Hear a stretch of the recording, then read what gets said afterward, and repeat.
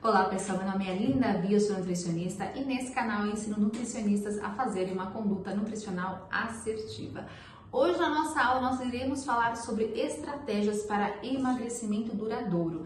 Então vejam que o aspecto existe a importância do emagrecimento inicial, mas mais importante ainda, ou tão importante ainda, é o processo de manutenção de peso corporal. Que existe então essa redução de peso, esse emagrecimento feito de modo duradouro. E é isso que eu vou te ensinar hoje.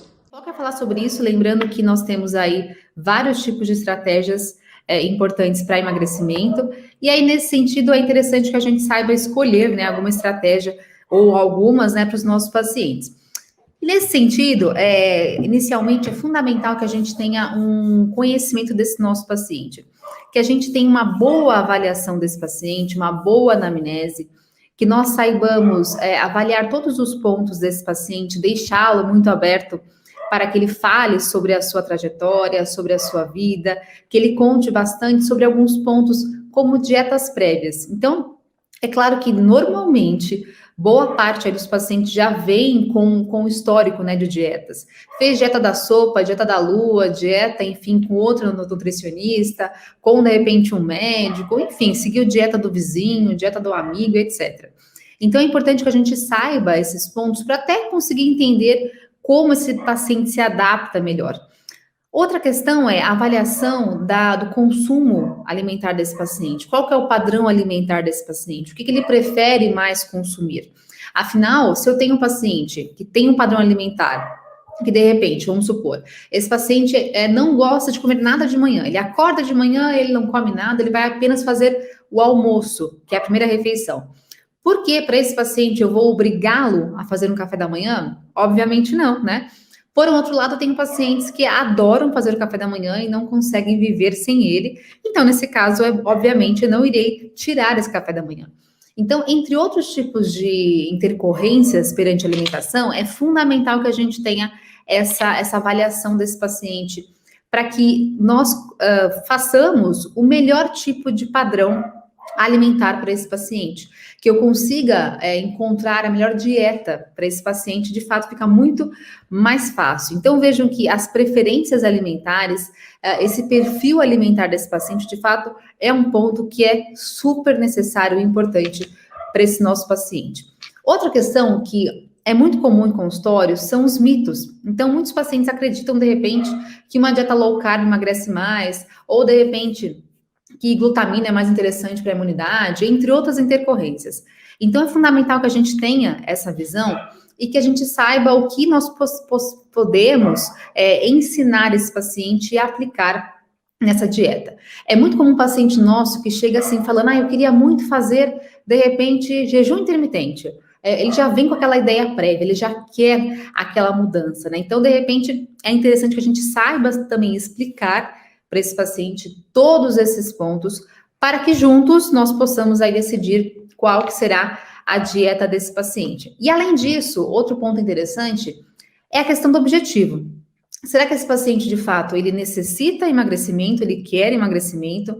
Será que é um paciente que visa uma hipertrofia muscular? Será que esse paciente, de repente, já vem de uma redução de peso significativa, só que, de repente, agora ele começou a descompensar um pouco mais? Então, nesse caso, é importante que a gente saiba quais são os objetivos, quais são as propostas para esse paciente, para que a gente consiga, de fato, esse processo de emagrecimento duradouro, né? Então, nesse sentido, nós temos vários tipos de dietas, e se a gente jogar essa questão de dieta de emagrecimento, e especialmente de manutenção, de manter esse peso a longo prazo, a gente vai encontrar muita coisa, né? Então, a gente encontra suco detox, dieta do abacaxi, dieta da lua, dieta da chia, e entre outros, vários outros tipos de dietas que a gente encontra no Instagram, no Facebook, no YouTube, por aí vai, nas redes sociais, de modo geral, na televisão. Então, obviamente, é muito fácil o nosso paciente encontrar vários tipos de dietas. Então, o nosso papel é sempre ter conhecimento da nutrição perante a isso, para que a gente possa explicar de modo assertivo, adequado, o que esse nosso paciente pode fazer, né? Então, nesse sentido, é importante que a gente saiba, que a gente reconheça que o paciente vai chegar com vários tipos de ideias, com vários tipos de mitos, e é importante que a gente saiba colocar o que é mais adequado para esse paciente. Lembrando que nós podemos até ter alguns tipos de dietas que são mais restritivas e mais maluca possível que for, e essas dietas podem ter uma redução de peso mais significativa inicialmente, mas a questão da adesão, da manutenção, de ter esse peso adequado, vamos dizer assim, a longo prazo, pode ser que não seja tão interessante assim. Então é fundamental que a gente tenha essa avaliação. E eu vou começar a falar com vocês sobre alguns tipos de dietas, como uma das mais clássicas aí, acho que mais famosas atualmente, é a questão do jejum intermitente, até porque foi uma grande notícia, né, recentemente aí nas redes sociais. E vejam que nós temos alguns tipos de jejum, nós temos alguns padrões de jejum. E nesse sentido, o mais clássico, o mais comum, o mais falado, na verdade, que nós chamamos de jejum intermitente, mas que, na verdade, perante a literatura, tem um nome um pouquinho diferente, que é esse TRF, Time Restricted Feeding, ou TRE, Time Restricted Eating. Então, essa seria um padrão alimentar, onde esse paciente apresenta uma estratégia de alimentação e jejum que é diferente ao longo do dia, de acordo com o horário. Então, seria basicamente isso. Nós temos uma alimentação que acontece cerca de 8 a 10 horas por dia, durante todos os dias da semana, de domingo a domingo. Isso pode ser feito, ou de repente nada impede que você faça essa estratégia, de repente 3 vezes por semana, 4 vezes por semana, 5 vezes por semana, de acordo com o perfil do seu paciente. Então, o que acontece aqui? Se eu tenho 8 horas de jejum, de alimentação, desculpa, eu terei o restante das horas do dia em restrição, em jejum. Se eu tenho 10 horas, né? Então, você pode ter essa variação, 8 horas, 9 horas, 10 horas ao longo do dia. O paciente terá essa disponibilidade. E é claro que você pode ajustar isso de acordo com cada paciente. Então, isso pode ser ajustado, não apenas o período de 8 a 10 horas, assim como qual que será o momento que ele fará. Se será mais perto da tarde, da noite, ou se será mais perto da noite, da manhã. Então, isso pode ser muito variável. Afinal, tem pacientes que, de repente, gostam mais de comer de manhã e outros gostam de comer mais à tarde, à noite, enfim. Então, você consegue manipular esses horários, você consegue disponibilizar de acordo com o seu paciente, de acordo com a rotina do seu paciente, de acordo com o horário que ele treina, de acordo com o horário que ele dorme, que ele trabalha, etc. Então, você tem essa disponibilidade de ajustar os horários, ajustar essa quantidade de horas aí ao longo do dia que ele fará o jejum. E também, de repente, você pode, nada impede que você faça essa estratégia ao longo de todos os dias da semana ou alguns dias. Então, nesse sentido, é uma estratégia que nós teremos também que no momento que o paciente for fazer o consumo alimentar, nós temos que também calcular os nutrientes, calcular as calorias, porque nada adianta eu deixar esse paciente em restrição alimentar durante um período e liberar totalmente a alimentação, porque ele poderá consumir calorias acima do necessário. Então, em qualquer tipo de estratégia, o que ainda é mais importante é o déficit calórico. Então, vocês vão perceber que em todos os padrões de dieta, nós teremos, então, essa questão de calcular as calorias e de fazer, consequentemente, um déficit calórico para esse paciente. Aqui nada muda. Nós teremos também que fazer essa adaptação, esse ajuste de calorias no momento que o paciente faz a sua alimentação. Então, isso é fundamental que a gente faça. E, de repente, a gente pode, então, ajustar também, um outro ponto interessante, pelo consumo das proteínas alimentares. Lembrando que esse ajuste de proteínas alimentares é fundamental para essa questão, né? Deixa eu só ver, a Rafa mandou uma mensagem aqui, Rafa, tá ruim? Deixa eu ver. Não, tá tudo ok? Tudo ok, se tivesse algum problema. Certo, perfeito, então. Gente, então vejam o seguinte, ó, esses trabalhos, é um trabalho bem recente, inclusive, né, de 2019, que na verdade mostra pra gente vários trabalhos que foram feitos ao longo de vários anos aí, né, e cada um deles fez um tipo diferente de estratégia, né, então eles acabaram avaliando essa questão do jejum intermitente, comparando com uma dieta mais convencional, uma restrição calórica convencional, que nós já estamos aí bem habituados, onde existe, de fato, uma restrição uma calórica que acontece em ambas as dietas, seja jejum intermitente ou seja, de fato, uma dieta convencional. E nesse sentido, é clássico que nós temos uma redução de peso nesses indivíduos, né? Mas a questão é, será que esse jejum intermitente é mais importante? A pessoa perde mais peso, a pessoa mantém uma redução de peso mais significativa ao longo de mais tempo? Na verdade, não, né? Então, a grande maioria dos trabalhos que nós temos mostra que o jejum intermitente pode ser uma estratégia interessante que leva à redução de peso corporal, porém, na verdade, não é algo melhor do que uma estratégia de restrição calórica contínua, né? E além disso, vejam que nós temos a seguinte questão: normalmente, pensando em adesão, deixa eu só tirar o som aqui, gente, que tá um barulhinho que vai incomodar vocês, eu acho, né? Só um momentinho do meu WhatsApp, tá ligado? Peraí. Pronto. Então, vejam que, nesse sentido, quando nós temos uma questão de adesão desses pacientes, normalmente nós temos uma adesão menor quando nós falamos em jejum intermitente. É claro que alguns pacientes se adaptam melhor, mas normalmente, de acordo com os trabalhos, a grande maioria dos pacientes que fazem jejum intermitente não conseguem levar isso adiante por mais de 6 meses, normalmente. Então, pensando em adesão, pensando a longo prazo, o jejum parece não ser uma estratégia tão interessante assim. E além disso, é claro que a gente pensa muitas vezes numa questão de redução de peso corporal, de emagrecimento, né? Mas um ponto ainda que também é fundamental, pensando na questão de saúde, é o ponto de avaliação de exames bioquímicos. Então, vejam que quando nós falamos em jejum intermitente, essas estratégias, né, de restrição de horários aí na alimentação, nós temos alguns trabalhos que mostram algum certo benefício em relação a colesterol, redução do colesterol por esses indivíduos, a redução do LDL, redução de triglicérides, insulina e glicemia. É claro que não são todos os trabalhos que mostram esses pontos positivos, mas alguns mostram um certo benefício adicional. Não é que isso deve ser levado em consideração como a melhor estratégia para esses pontos. Mas nós temos alguns trabalhos que mostram efeitos interessantes, efeitos positivos, né? Então, vejam que, além disso, um outro ponto que é mais fundamental é a adesão do seu paciente. Será que, de fato, ele consegue aderir esse jejum? Será que ele é um paciente que consegue levar adiante isso? Então, esse é um ponto principal do que, de fato, focar apenas nesses dados positivos aí do jejum. Então, continuando aqui, vocês podem ver que nós temos vários trabalhos que foram avaliados, todos eles bem recentes, né?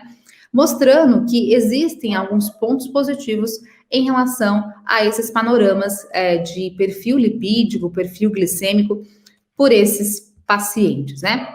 E outra questão que eu trouxe para vocês aqui, que é bem recente também, de 2020, mostra um outro efeito positivo que não tinha sido ainda mostrado até então, que foi nesses pacientes, são pacientes que fizeram também esse tipo de jejum intermitente, com 14 horas, então um pouquinho mais, né, 14 horas de jejum. Vejam que aqui nós temos pacientes que já apresentam uma síndrome metabólica. Então, aquele paciente que apresenta alguns tipos de intercorrências, como, por exemplo, aumento da circunferência da cintura, pressão arterial, glicemia, triglicérides, baixo HDL e entre outros, né? O diagnóstico de síndrome metabólica é muito variável de acordo com a diretriz que a gente utiliza. E aí vejam que para esses pacientes existiu, com essa adição desse jejum intermitente, algumas melhorias que nós já conhecemos, como redução de peso corporal, redução da circunferência da cintura, redução da pressão arterial, do LDL, da hemoglobina glicada, só que, curiosamente, nesse trabalho, o que eles mostraram de novo, o diferente, foi essa questão de dormir. Então, um sono mais reparador, um sono melhor. Então, vejam aqui, nesse mesmo trabalho, nessa tabela, vejam que nós temos as melhorias, né, as reduções, em alguns perfis aí lipídicos, parâmetros cardiometabólicos, e além disso, a questão de dormir melhor, né? Então é algo curioso, é um trabalho isolado que mostrou isso, é claro, a gente ainda tem que avaliar um pouco mais sobre esses pontos. Então, a princípio, parece que então o jejum intermitente pode ser uma estratégia interessante para dormir melhor. Não vou dizer que é a melhor estratégia, que é a única estratégia, mas é um dado interessante aí que nós temos nessa revista que é bem importante para a gente, né? Mas a outra coisa é, o seu paciente vai encontrar esse tipo de informação totalmente errada na internet. Ele vai pensar o seguinte, olha, de 4 a 8 horas, o jejum é importante para a redução da glicemia nesse paciente. 12 horas, a gente tem todo com o alimento que é queimado, né? Então, vejam que estão vários pontos aí que são errados, e seu paciente, ele vai acreditar nisso, né? Então, é importante que você saiba, que você tenha conhecimento suficiente para que você explique o que acontece no jejum intermitente, que você fale os benefícios, é claro, né? Que você fale os pontos positivos e negativos, mas que você saiba também demonstrar que não são tantos pontos assim e que isso de fato não acontece. Então, muito cuidado com esses pontos, né? Outra questão que é muito falada, que a gente encontra bastante na prática clínica, é de fato a prescrição de uma dieta com uma quantidade menor de carboidratos, né? Então, uma dieta low carb, que, enfim, muitas pessoas utilizam, inclusive muitos pacientes nossos têm uma fobia incrível por consumo de carboidratos, né? E, na verdade, toda essa ideia, esse medo de carboidratos surgiu por conta de uma certa teoria onde esse consumo exagerado de carboidratos, esse consumo, enfim, de carboidratos de modo geral, leva a um aumento na secreção de insulina, o que é verdade. Então, a gente sabe que a insulina está associada com uma maior captação de glicose pelo tecido adiposo, por exemplo, né? Assim como ela faz em qualquer tecido, aumentando, por exemplo, a chance de um aumento de deposição de gordura corporal. E isso leva a uma redução na concentração plasmática de glicose, também de lipídios, de ácidos graxos, levando mais fome mais rapidamente, maior consumo de calorias, uma redução da taxa metabólica basal e uma facilidade maior em ganho de peso, de gordura corporal. E foi aí que surgiram vários tipos de livros aí, de banca de esquina, mostrando essa seguinte questão: a gente realmente tem um processo de engorda apenas porque a gente come carboidratos, né? Então surgiu toda essa ideia, essa condição, que ganhou muita força, né, por várias pessoas aí que acabaram seguindo essas dietas.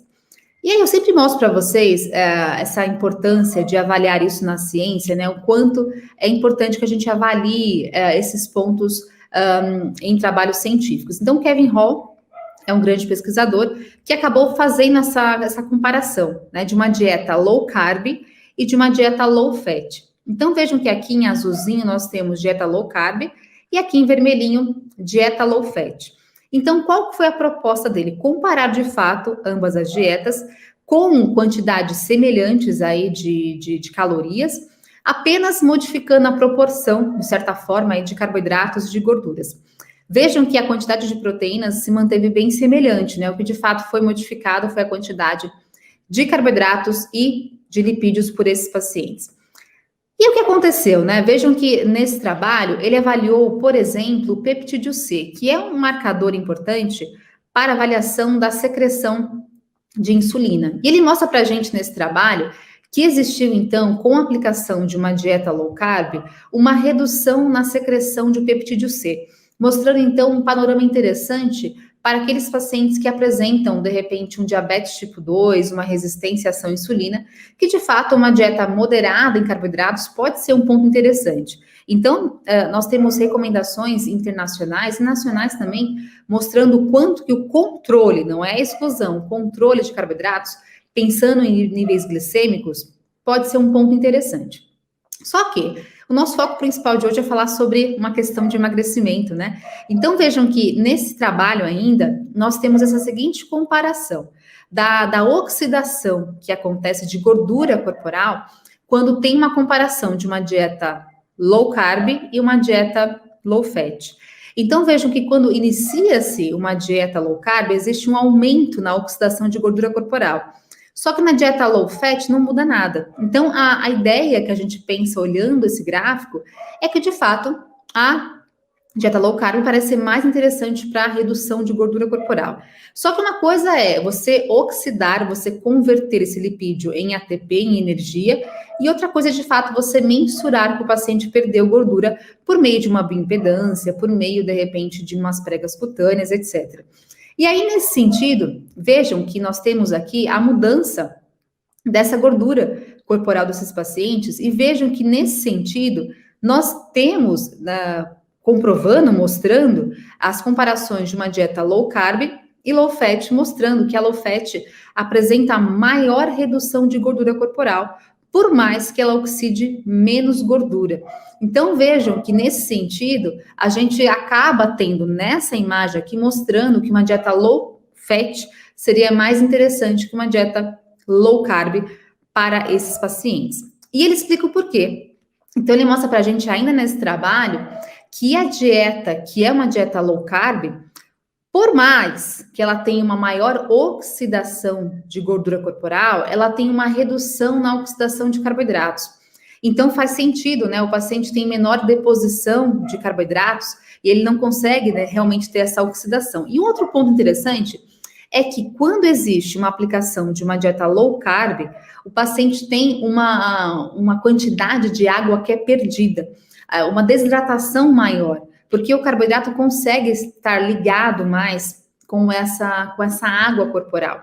Então, muitas vezes o paciente vê na balança que ele tem um peso menor, mas não é porque ele perdeu mais gordura, mas sim porque ele perdeu mais água. Então, ele tem essa ideia um pouco errada, né, da dieta. Não estou dizendo que low carb é ruim, mas de fato não é uma estratégia melhor. Quando a gente compara, vejam aqui, com uma dieta low fat, vejam que ela não tem uma oxidação maior, ela mantém a oxidação, né? Low carb oxida mais gordura e menos carboidratos. Já uma dieta low fat não muda nada, a oxidação de carboidratos e lipídios é muito semelhante.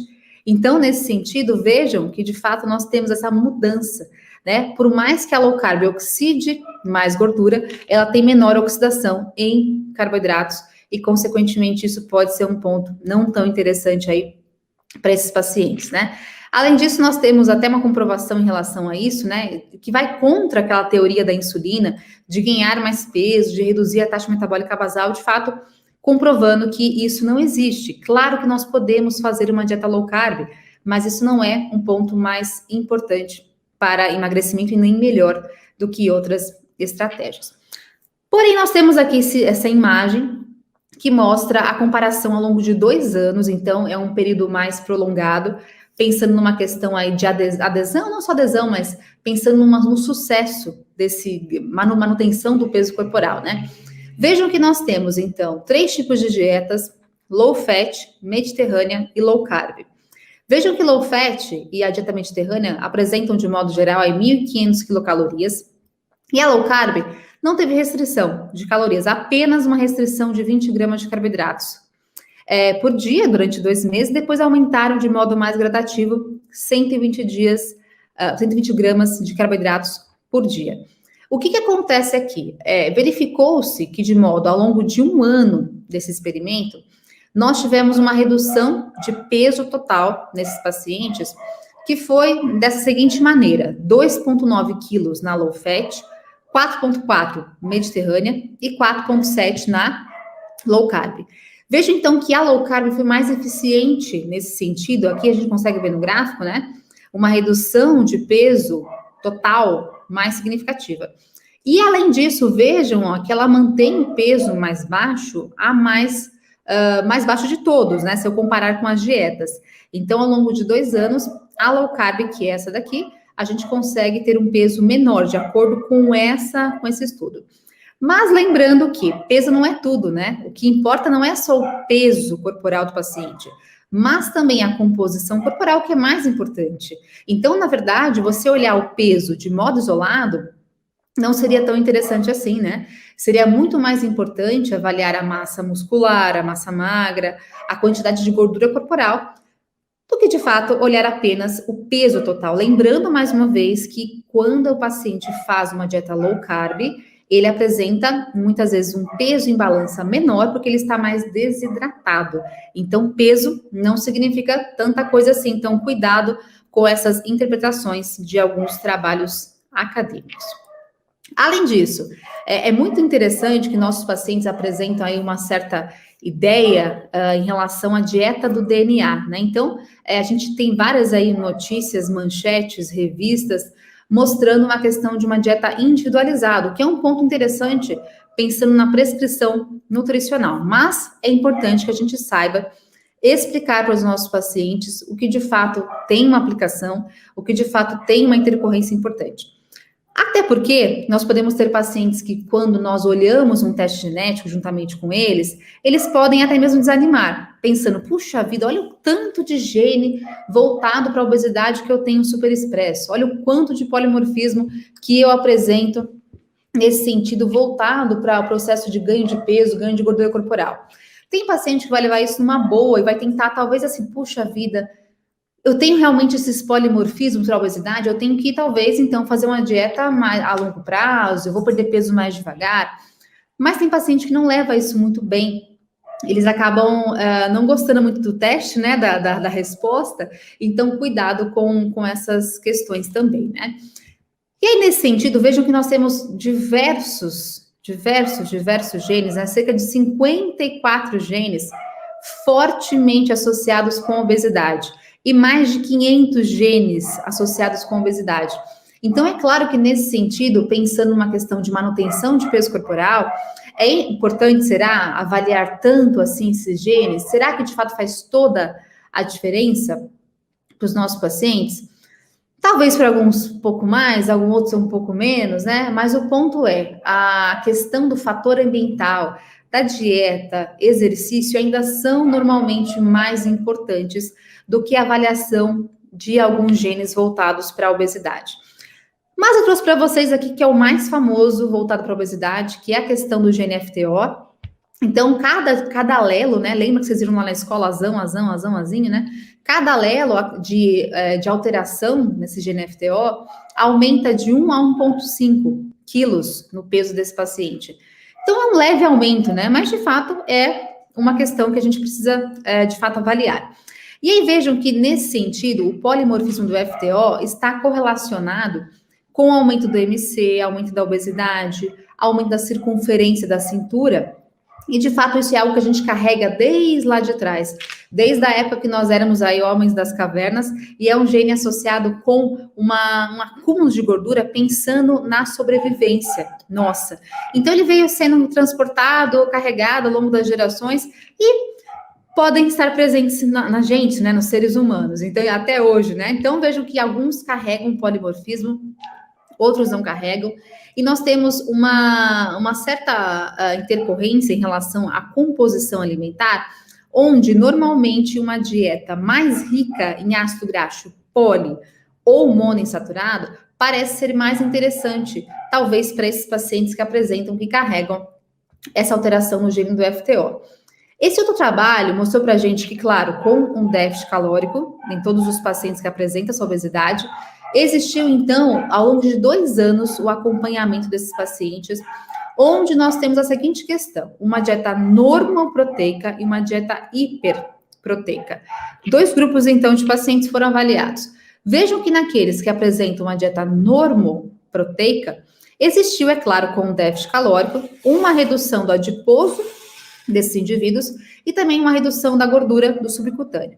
Só que, quando esses pacientes fazem uma dieta hiperproteica, nós temos reduções que são muito mais interessantes, não só nesses 2 panoramas, mas também em peso total, circunferência da cintura, gordura total, massa livre de gordura e por aí vai. Então, vejam que as mudanças são muito mais interessantes quando esse paciente faz uma dieta que é hiperproteica. Então, né, de fato, a proteína é interessante para uma saciedade maior, é interessante para o fator térmico desse componente, assim como também manutenção de massa muscular. Então, é um ponto interessante aí, que a gente já faz em vários pacientes, né, independente que eles tenham FTO alterado ou não, mas é importante a gente ter essa validação, né? Só tomem cuidado que muitas vezes, quando nós pegamos esses testes genéticos, eles avaliam diversos genes entre si e já colocam algumas colocações aí, colocam algumas pontuações para a gente, mostrando, por exemplo, então esse paciente ele terá com certeza um IMC elevado. Ele terá com certeza maior acúmulo de gordura corporal, mas não é bem assim, né? A gente sabe que exame genético é preditivo, não é diagnóstico. Então, nós podemos ter pacientes eutróficos, pacientes que não apresentam sobrepeso ou obesidade, que fazem esse teste genético e isso não tem uma total intercorrência, total interrelação com o quadro desse paciente. Então, é importante ter um certo bom senso na avaliação desses testes também. Outro ponto que a gente fala bastante é a questão da microbiota, né? Será que existe esse padrão? Será que para que esse paciente tenha uma manutenção de peso, um emagrecimento e manutenção desse peso a longo prazo, ele precisa ter uma modulação na microbiota intestinal? Será que isso de fato é algo que é necessário? Então, claro que a microbiota é um ponto muito interessante, é um ponto que tem uma total correlação com vários aspectos metabólicos, bioquímicos. Nós sabemos que existe uma total influência na nossa microbiota intestinal com vários aspectos, né? Então vejam que nesse trabalho foi uma meta-análise bem interessante, 17 trabalhos que foram avaliados. Tem aqui animais e também in vitro, né? Foram trabalhos que foram feitos com vários tipos de cepas de micro-organismos, mostrando que, de acordo com a presença de alguns tipos de lactobacilos, por exemplo, nós temos uma chance maior de desenvolvimento de peso, aumento de peso corporal. E lembrando que existe um padrão, talvez mais correlacionado com o perfil de pessoas magras e perfil de pessoas que apresentam a obesidade. Só que a questão não é você inocular uma microbiota do magro, uma pessoa que apresenta obesidade, que isso terá um benefício para esse paciente. A questão é contrária. Então, nós sabemos que aquela pessoa que apresenta uma eutrofia, uma pessoa que é magra, ela apresenta aquela microbiota e não é a microbiota que causou o emagrecimento, mas sim o emagrecimento que causou a microbiota. Então, é importante que a gente saiba disso também, que esse paciente que apresenta obesidade, quando ele tiver uma redução de peso corporal, ele terá uma mudança nessa microbiota intestinal também. Então, muitas vezes você pensar em inocular, em modular, em adicionar probióticos, não é uma questão com uma validação científica tão interessante assim, pensando num processo de redução de peso corporal, né? Então, vejam que essa microbiota, ela intestinal de cada pessoa, ela é totalmente modulada, influenciada especialmente por fatores prévios. Então, nós sabemos que nós temos uma intercorrência muito maior, por exemplo, de fatores que vieram lá da nossa infância, do parto que a nossa mãe teve em relação a gente, da nossa alimentação até 2 anos de idade, do consumo de alimentos processados, industrializados, de açúcar, etc., especialmente até os 2, 3 anos de idade. É claro que nós podemos melhorar esses pontos com a adição de fibras, adição de alimentos in natura, adição de componentes que melhoram esse perfil dessa microbiota. Outro ponto também é que esse paciente que apresenta obesidade, ele pode muitas vezes ter um consumo exagerado de ácido graxo saturado, um consumo exagerado de açúcar, que vai prejudicar essa microbiota intestinal. Então, é muito mais interessante, muito mais inteligente pensar numa estratégia nutricional rica em fibras, frutas, verduras, legumes, alimentos in natura, pensando também em déficit calórico para uma redução desse peso corporal, para que exista, após esse processo de emagrecimento, uma melhoria da microbiota intestinal, que é importante não só para um processo de sobrepeso, obesidade, mas especialmente uma questão metabólica, para um controle glicêmico, para um controle de colesterol, e entre outros aspectos importantes da microbiota intestinal. Lembrando também que a obesidade pode estar atrelada com uma inflamação mais exacerbada, que também prejudica essa microbiota intestinal, né?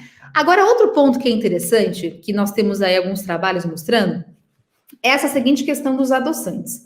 Então, vejam só, se a gente pensar em sucralose, por exemplo, o excesso, claro que é o excesso, né? O excesso de consumo de sucralose pode estar correlacionado com a ativação de alguns tipos de receptores presentes aí no nosso trato gastrointestinal, que pode facilitar a absorção, aumentar a absorção de glicose no nosso intestino.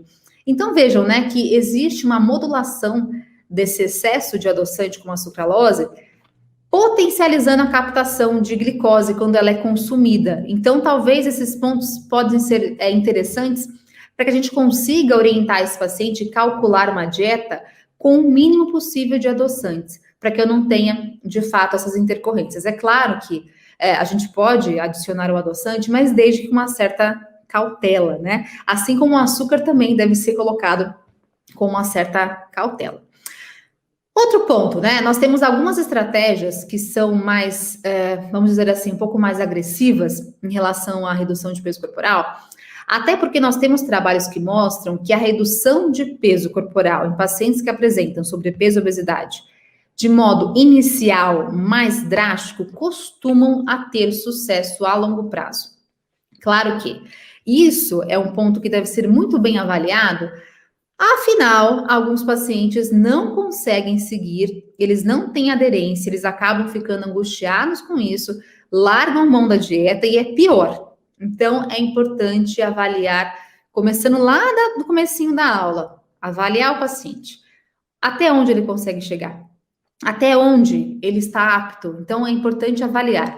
Não façam dietas muito restritivas em quem não tolera. Isso você vai só apenas conseguir saber, muitas vezes, acompanhando o seu paciente.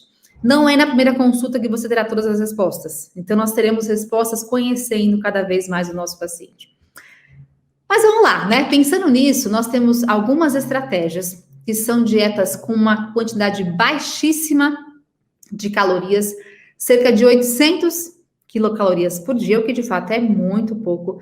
Para alguns pacientes é praticamente nada.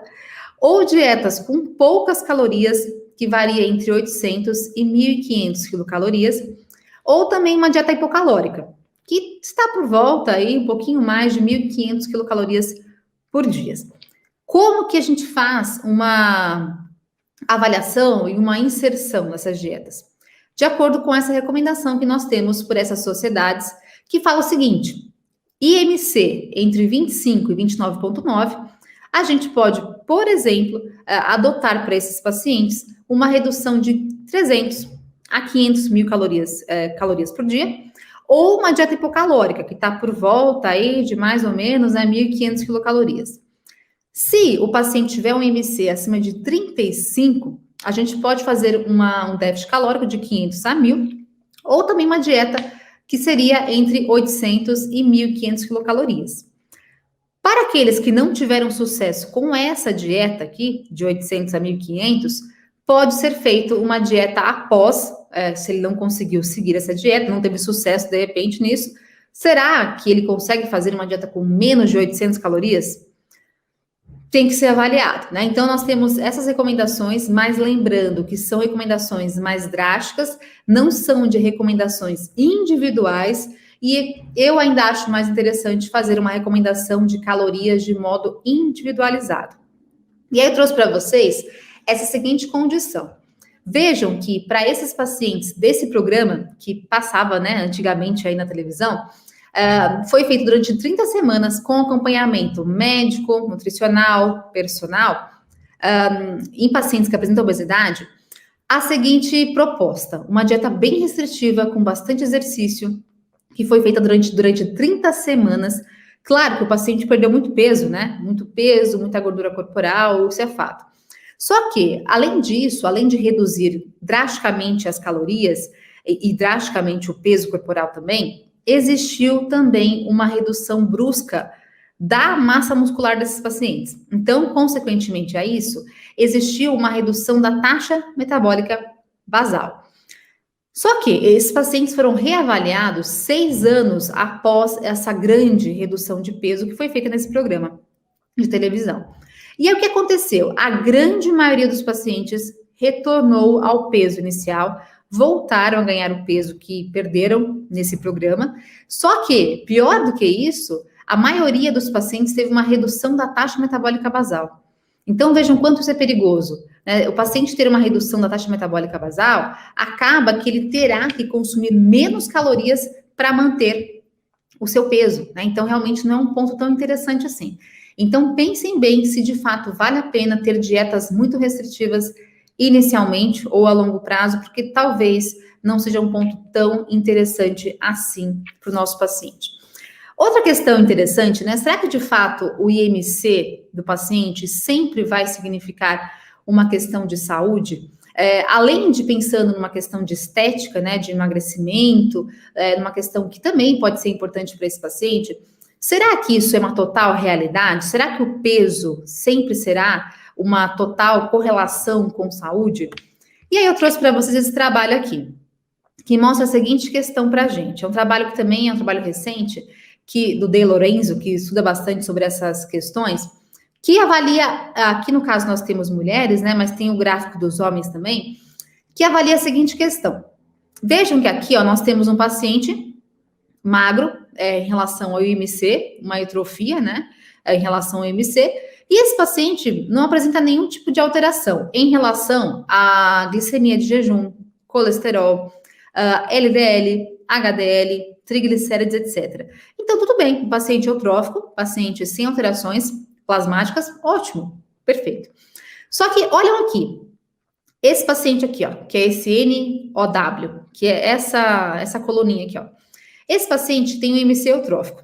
Só que, por mais que ele apresente um IMC eutrófico, lembrando que o IMC é apenas um panorama, né? A gente precisa também avaliar, além disso, a porcentagem de gordura corporal. Então, vejam que esse paciente apresenta, essa paciente no caso, uma alta gordura corporal, ela tem uma alta chance aí de inflamação, de risco de doença cardiovascular e já apresenta elevação na glicemia e alteração no perfil lipídico.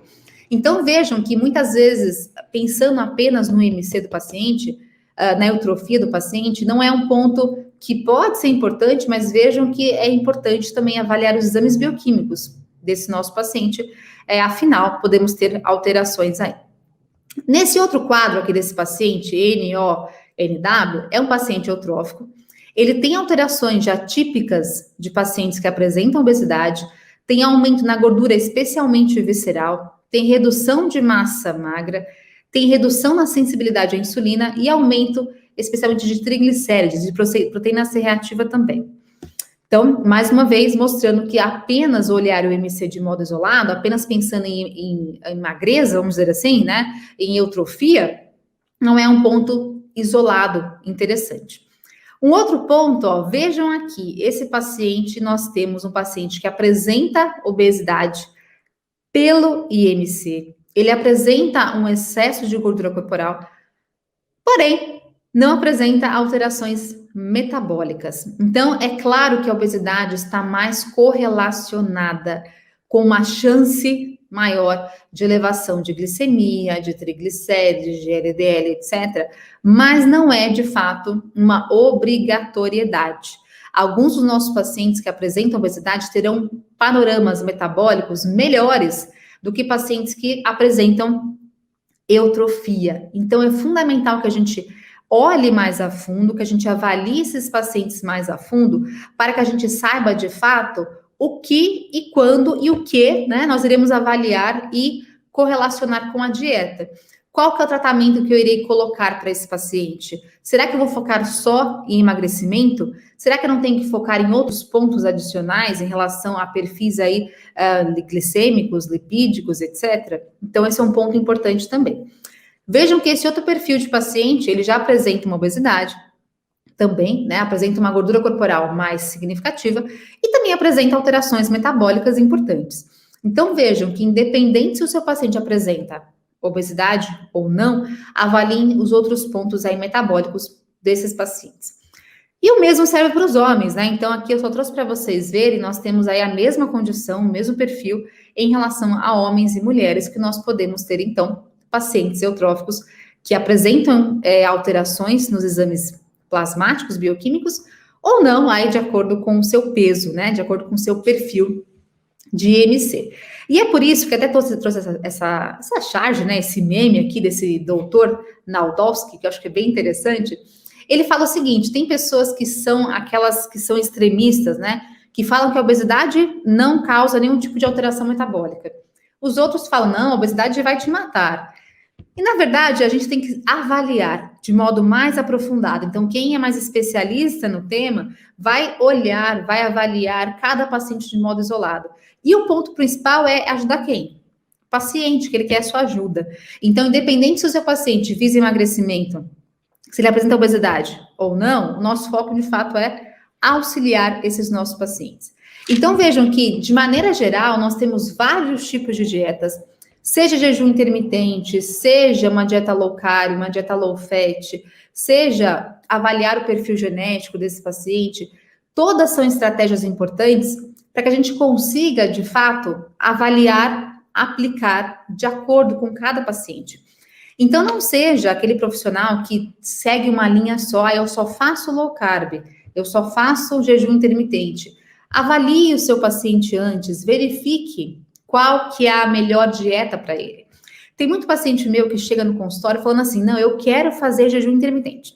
Porque meu amigo fez, deu certo, minha amiga fez, deu certo, eu quero fazer jejum intermitente. Você consegue já enxergar claramente que não é para ele aquela dieta, que ele não vai conseguir seguir. Mas a minha sugestão é que você deixe ele seguir durante uns 3, 4, 5 dias. Depois entre em contato com ele, dá uma chance para esse paciente.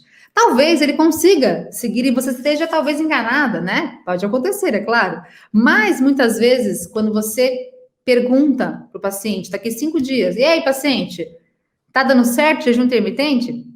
Ixi, não tá dando certo não, vamos mudar? Isso é muito comum acontecer. Então, tudo bem que você coloque uma estratégia que você erre, que o paciente erre, que você não consiga sucesso na primeira consulta.